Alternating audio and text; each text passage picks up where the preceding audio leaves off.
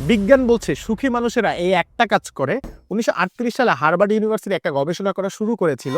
তাদের লক্ষ্য ছিল শুধুমাত্র একটা প্রশ্নের উত্তর জানা, মানুষ আসলে কিভাবে সুখী হয়।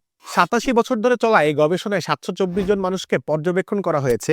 তাদের রক্ত পরীক্ষা করা হয়েছে, ব্রেন স্ক্যান করা হয়েছে, কয়েক বছর পর পর যে ইন্টারভিউ নেওয়া হয়েছে। গবেষকরা ভেবেছিলেন হয়তো উত্তর হবে বেশি টাকা, ভালো ক্যারিয়ার কিংবা ভালো স্বাস্থ্য।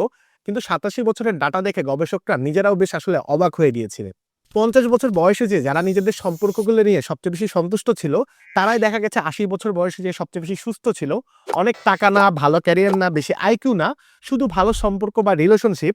গবেষণার ডিরেক্টর রবার্ট ওয়েল্ডিঙ্গার বলছেন, ভালো সম্পর্কই আমাদেরকে আসলে জীবনে সুস্থ কিংবা সুখী রাখে। আরো চমকানোর মতো ব্যাপার হলো একাকিত্ব আপনার শরীর বা মনের আসলে প্রতিদিন ১৫টা সিগারেট খাওয়ার সমান ক্ষতি করে। অর্থাৎ আপনি যদি একা থাকেন বা একাকিত্বে থাকেন, আপনার শরীর কিন্তু ধীরে ধীরে ক্ষয় হতে থাকে। আমরা সারা জীবন ছুটি টাকার পিছনে, সারা জীবন ছুটি ভালো ক্যারিয়ারের পিছনে। কিন্তু এই ৮৭ বছরের গবেষণায় বা হার্ভার্ডের রিসার্চে দেখা যাচ্ছে, যারা আসলে নিজের সম্পর্কগুলোতে সময় দেয় বা ভালো সম্পর্ক তৈরি করে, তারাই কিন্তু আসলে জীবনে জিতে যায়। তারাই কিন্তু শেষমেশ ৮০ বছর বয়সে যেয়ে ভালো থাকে বা সুস্থ থাকে।